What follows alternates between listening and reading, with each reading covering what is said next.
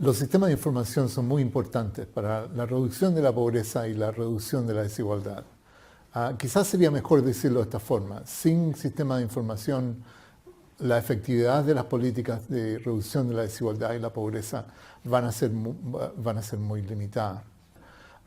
Estuve en una reunión con representantes de Brasil, del gobierno de Brasil, del Ministerio de Desarrollo Social y los representantes del Ministerio de Desarrollo Social en Timor-Leste.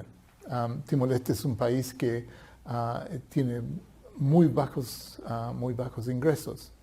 Los representantes del gobierno de Timor-Leste estaban interesados en aprender de la experiencia de Brasil con Bolsa Familia, un programa dirigido hacia las familias en pobreza y a los niños.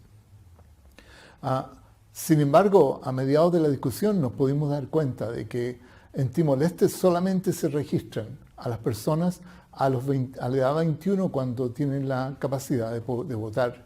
Y entonces el gobierno de Timor-Leste no sabía cuántos niños tenían, no sabían dónde vivían, cuáles eran sus nombres, cuáles fueran sus edades. Sin un sistema de información de este tipo es imposible tener políticas de pobreza que sean efectivas.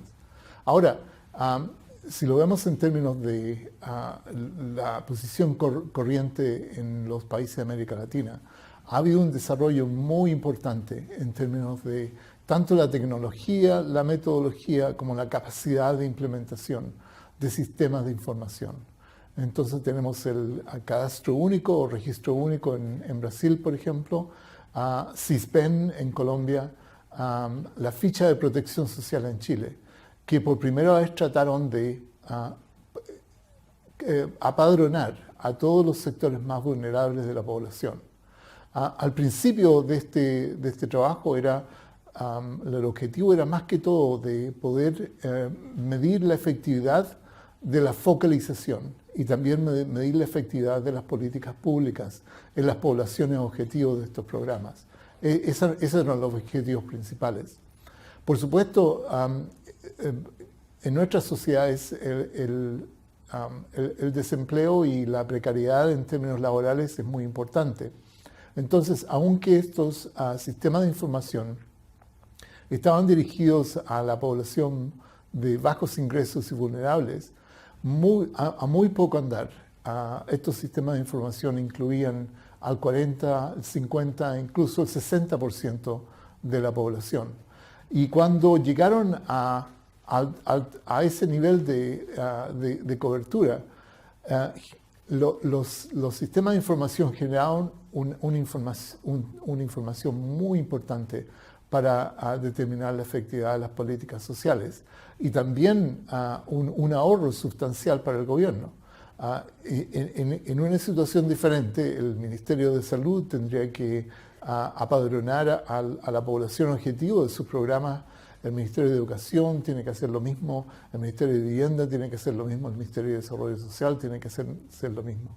Lo que significa que todas estas carteras estaban haciendo el mismo trabajo y de hecho los costos entonces de focalizar las políticas públicas se hacían muy onerosos.